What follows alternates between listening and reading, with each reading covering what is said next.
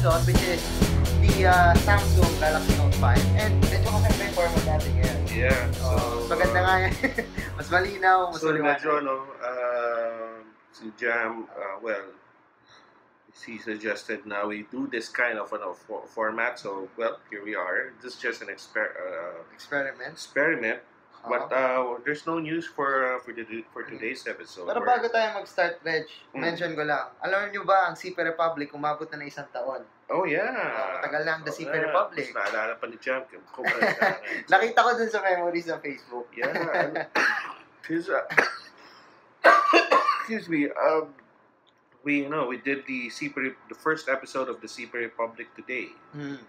Was it today? No, actually more than naman. Yeah, more than a year na. Yeah. So, anyway, so, well, happy first year to us. Happy may birthday pala tayo. Ayun, so, we're doing a different format for today. This is just temporary. And we have no news. No, we have no news for today, but we have a hands-on review segment, which is why we're recording now. And our hands-on review segment for today is the Samsung Galaxy Note 5. So this is the Samsung Galaxy Note 5. Nagano na tayo eh. A couple of months ago, we had a sneak peek of the newly announced Samsung Galaxy S6 Edge Plus. Right. And well, fortunately, nakahiram na naman tayo ng Galaxy Note 5. Well, pardon the unit, but this one still has the serial numbers. It's printed on the phone itself. Actually, hindi nga masyado alata dito, pero it still has them. So yeah. So anyway, the Samsung Galaxy Note 5. Well, it almost has the same what do you call this? Same specs as the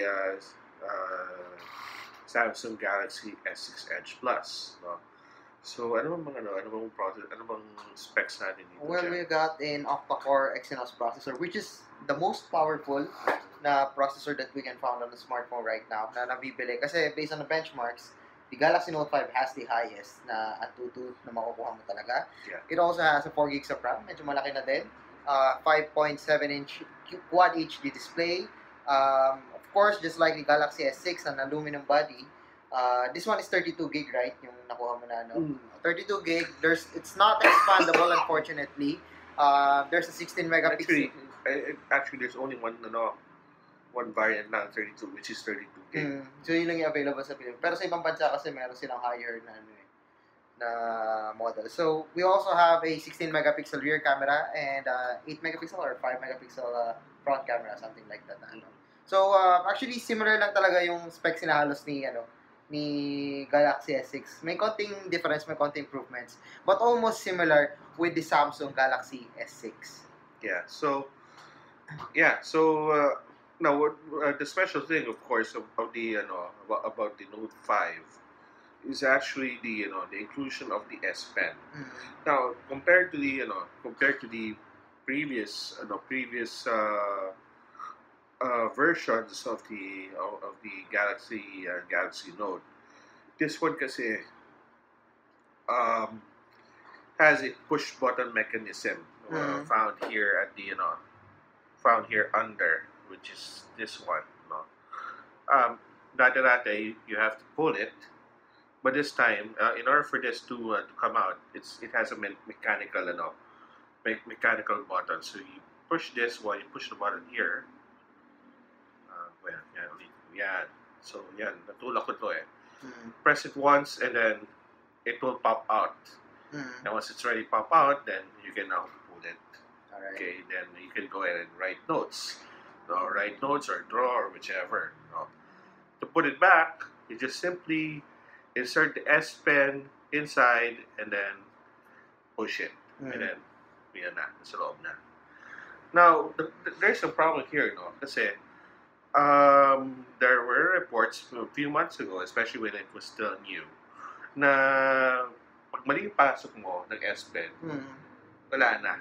Sisira na. Oh, what do you mean, mali yung pasok? So naturally, the tip of the pen should go inside first. Okay? If you do it the other way, no, ito yung una yung papasok mo, yung likod, and then papasok mo ganyan, no, masisira. Automatic. Yeah, masisira yung S Pen. Actually, during the launch a few months ago, I've already seen one horror story of the S Pen, mechanical pen. This one na natanggal na. I don't know if somebody tried to put it inside, and well, kita ko na lang ganun na nangyari. And actually, it almost happened to me, and even up to now, just like last week, I just saw I saw my niece inserting the pen this way into my eye, and I was like, oh my god. No, so kinuha ko kaagad yung Note 5, at buti na lang hindi niya naipasok all the way. Parang yun nga problema. So if people don't know, and just like my niece, she doesn't have any idea what she's doing, well, especially kids. Yeah, you're gonna have a problem with the Note 5. So, word of caution if you have as much as possible, remove na lang the S Pen, don't show it to anyone, especially if you have kids. Well, which is para sa akin isang design flaw ni Samsung. Kasi yes, it's dumb na talagang hindi balik na rin yung pagsaksak. Pero not all people ganun eh. I mean, we have kids na hindi alam kung paano yung ganyan. Especially mga bata pa talaga, na hirap na phone, may maglaro lang. Yeah. Then, gagamitin nila yan. May chances talaga na baliktad yung pagkakasaksak nila na S Pen. Kasi bata pa yan eh. Pwede pa magkamali talaga yan. And they are not really, parang alaga sa mga ganyang devices. Correct. Now, yung bagong yun sa Note 5, kasi before you have to go to the S Pen app and then write notes, no. But maganda dito sa Note 5, well, for the life of me, I'm not able to do that lately, is to remove the S Pen and then you can write on the screen directly kahit naka-black screen siya. No. Lately I don't know why it's not working, and it's supposed to work that way. But I guess this is the evaluation unit, and that's it's a prototype unit. Yeah, so for some reason nagloloko siya. Pero supposedly on this black screen, you can still go ahead and write notes. So it makes things easier for Note 5 users to write a note right away if they have an idea, and you can't wait for like 3 seconds more to go to the S Pen app and go for an action memo or whatnot, no? You just simply write the notes there and then boom. So yun na, tapos yun na. na yun. So that's a good thing about the new with the new version of the Galaxy Note. You'll be able to write notes right away. No? Now, even with the Note 5, no. Well, the Note 5 already has a security button compared, which was introduced sa Galaxy S5 last year. Fingerprint sensor. Yeah, the Note 4. Meron siya. Yeah, pero the Note 4 has it also. Ang problem sa sa S5 sa Note 4, i-slide mo yung mo. Yeah, pero dito sa Note 5. All you need to do is if the screen is locked, you just have to simply press it. No, not really press it. Just simply touch your finger on the on the home button. So ganun lang. Let's see. As you can see the camera, diba? It was able to unlock. Yeah, mabilis lang. Yeah. Very convenient. Yeah, very convenient. So then you can, use the S Pen to navigate. Excuse me, S Pen to navigate navigate the phone, or use the usual finger. Now, the phone is well, the phone is fantastic. Okay, it really is fantastic. the same same fantastic levels as using the S6 Edge Plus. So, you know, I don't know if people still do this, but in with the Antutu benchmark, we were able to get a reading of 67,671. That's pretty big. Yeah. Overkill. Yeah, so Highest. with ito yung nakakatawa, no? Because the top of the we're on the third upon this test. But sino yung nasa una? Well, actually, ang ginagawa... Ang nasa una was actually the Samsung Galaxy Note 5. I don't know if you guys are able to see it. So una, yung Samsung Galaxy Note 5. Pero yung third, itong unit na mismo, yung 67671. So, actually, the Note 5 is the highest scorer in the Antutu benchmark app. No? So, it was very slightly slower than the original Note 5 that got the top score on Antutu. Kaya, pero real-world usage, well, yun nga, I enjoyed it very much as you know, like the way I enjoy using the S6 Edge Plus. No? Sarap gamitin. You have a big screen, you have a big with tapos yung stylus, the S Pen pa stylus. So, ang dami kong open na apps. Kahit na hindi ko pinapatay, you know, hindi them open, okay pa rin, hindi siya naghahang. And, yung Nova 3, okay, here again, walang kamatay Nova 3, okay? Walang kamatay. Pero I said, well, guys, I hope you guys understand. No? Kung may makita kayong paulit-ulit na games, well, it's because these are the games that we trust using. And we can do comparison compared to other smartphones. Yes, in testing, no. So it's easier for us to identify kung okay nga ba yung game o hindi. Now here, no, playing the Nova 3 on the Note 5. Aside from the Asus Zenfone 2 Deluxe, okay, aside from the Asus Zenfone 2 Deluxe. This is the only other phone that can play it smoothly. Very smoothly. Okay? As in, very smoothly. Talagang super smooth. Aside from the Intel processor that the Zenfone 2 Deluxe uses, well, the same thing with the Zenfone 2, of course. But the Exynos processor on the Samsung Galaxy Note 5 is able to do the same thing. Smooth. Very smooth. Very, very smooth. Now, I don't know. It will be able to show it on video, but I don't know. Pero, ano nga ba? Well, maganda dyan is ganito. So, maglalaro tayo ng pabaliktad. So, di ko makita. Although, yan. Yung pinaka-the best. Expert to si Jamie. He's able to play. You see how smooth it is? No? Ang hirap maglaro. Yeah, but you see how smooth it is. It is, right? So, okay. Nabuhay ko pa naman. Paano ba yung dalawa? So the gun, see yung effect ng gun, yung the effect of Jam's gun. See that? You're gonna die. Yeah, you're gonna die. Okay, so wait. Well, I guess guys, you get the idea there na wala ka nakitang lag doon eh. Right, wala nga. Wala ka nakitang lag doon. Wala akong na-detect na lag doon whatsoever. Kaya na-enjoy ko maglaro dito sa Note 5 itong game. No? So, okay. So, I'm gonna leave that in the background. Then, camera-wise, well, of course, there's the Note 5. What is there to expect? Of course, you're gonna have you'll be able to take great pictures here.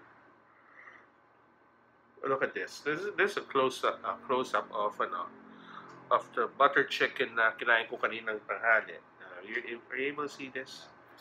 Yeah. Are you able to see that? Yan. So, yeah, there you go.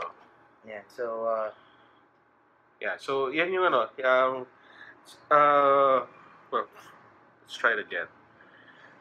Yan, okay. So the detail of the butter chicken is really fantastic. Kitang-kita yung yung ang ganda ng pagka-focus nito, no? Ang ganda ng pagka-focus niya, and the AMOLED screen also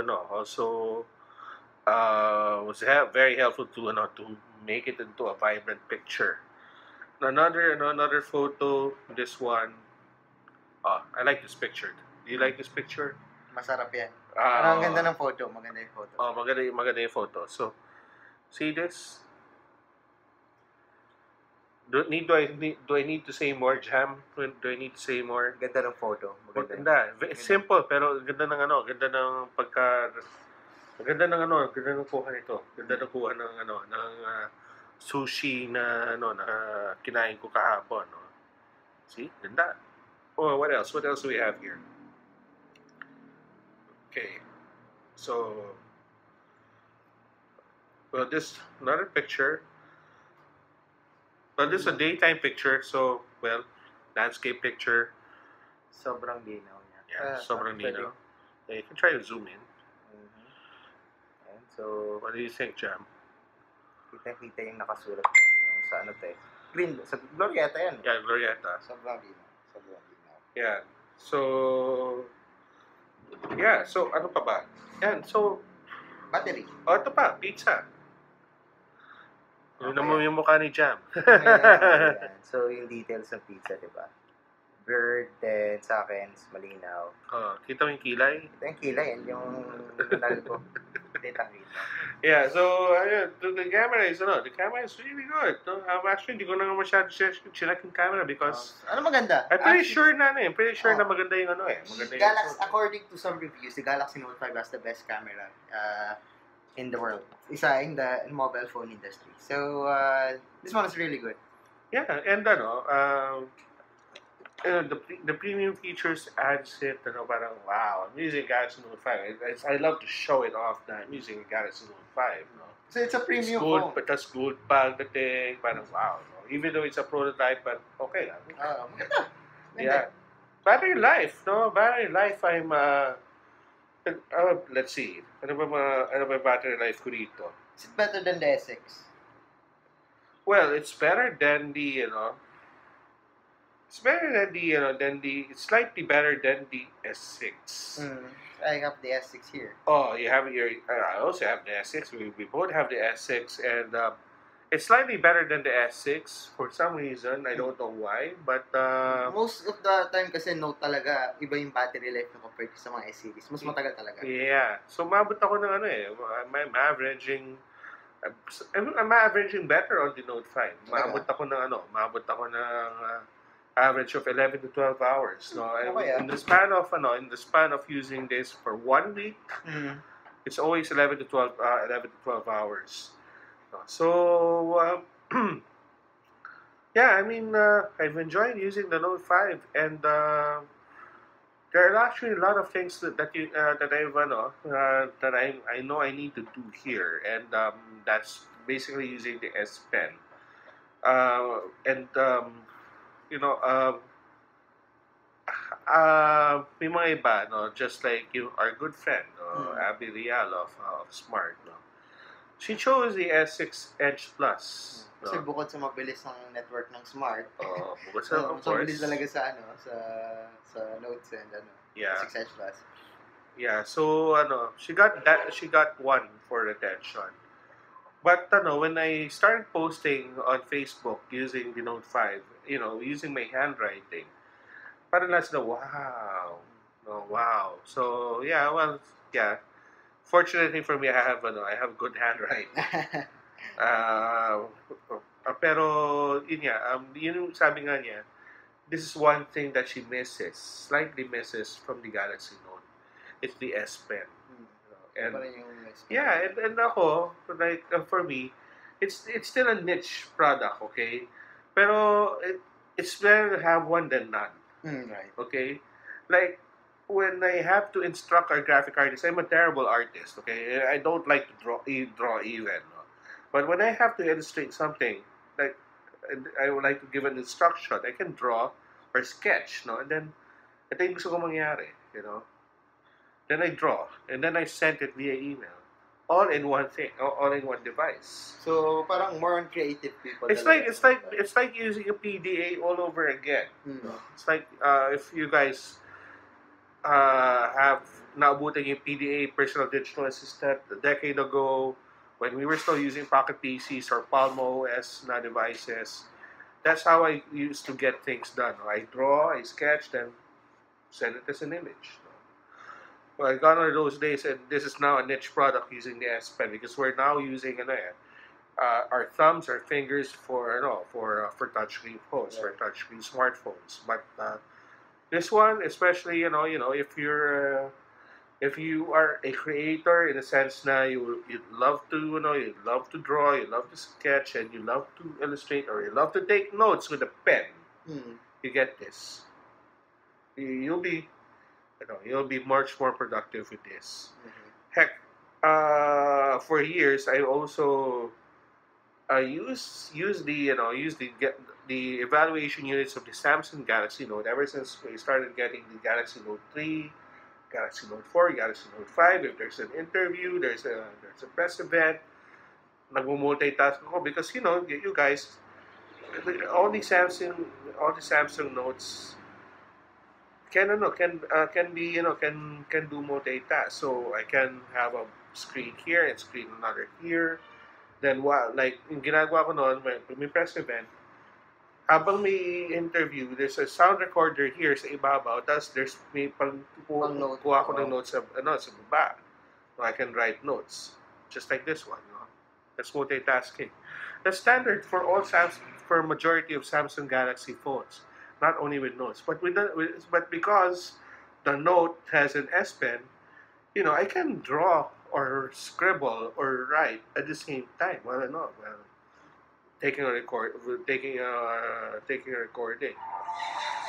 So yeah, so that's that's our review of the Samsung Galaxy Note 5, and it's actually available also through Smart,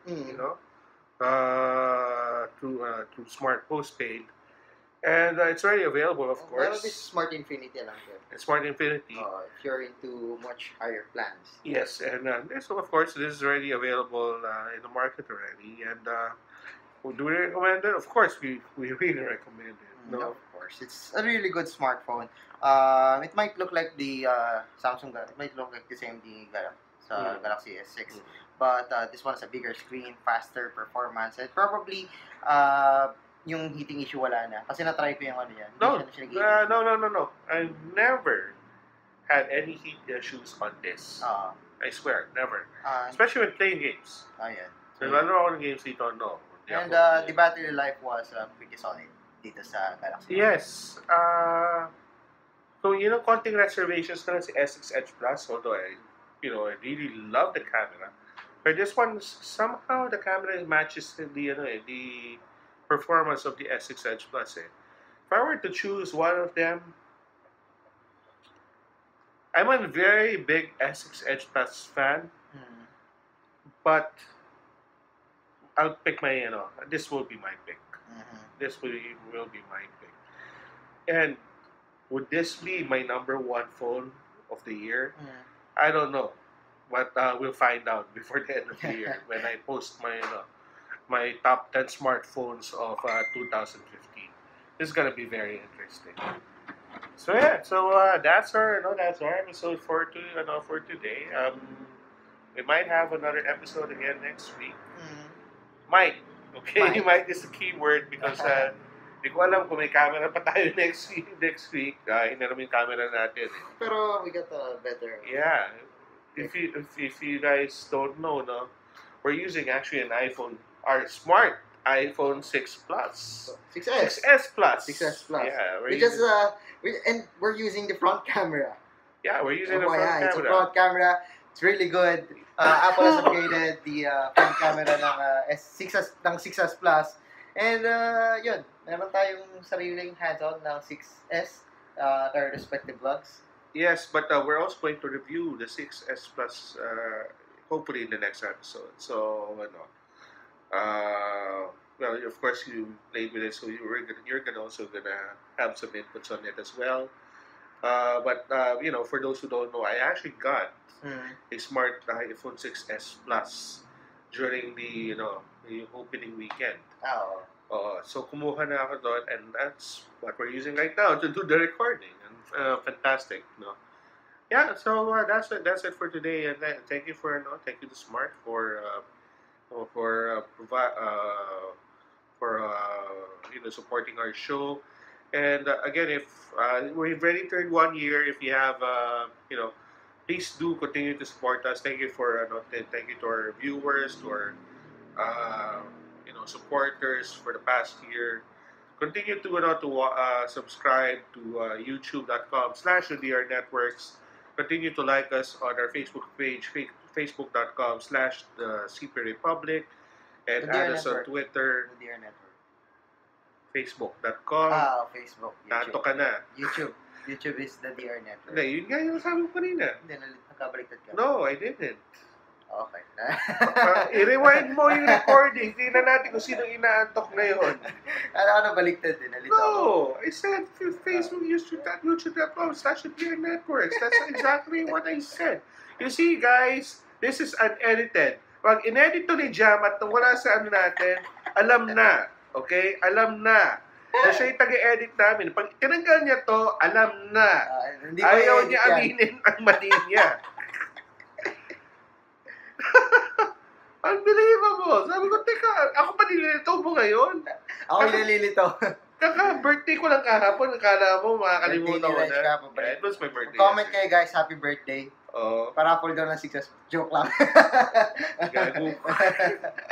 And follow us on Twitter at the CP Republic. Yes. So, yan tayo, we have a few more episodes before the end of the year. Kung may mga pahabol pa yung mga baka may mga review natin, and we might do some recommendations for the Christmas season. So ano lang yan, steady lang guys, and anything you need to add, Jan? Yun na. So don't forget to follow our social network social media accounts. Kantok na talaga. Facebook and Twitter. Actually, hindi na ako na. So, yeah, don't forget to subscribe to our YouTube channel for more videos. And check out our previous videos. Marami tayong mga previous videos, reviews, hands-on, news. Some of our news is still up to date pa naman. Yeah. You can check that out sa youtube.com/the CP Republic. DR Ay, the DR Networks. DR Nilito mo na naman ako. So, yun. Alright, so that's it for us for today, and hope you like our video. Yeah, medyo kakaibang format. kahit binago namin ng konti, we keep on experimenting. And we'll see you next time. So, till the next episode.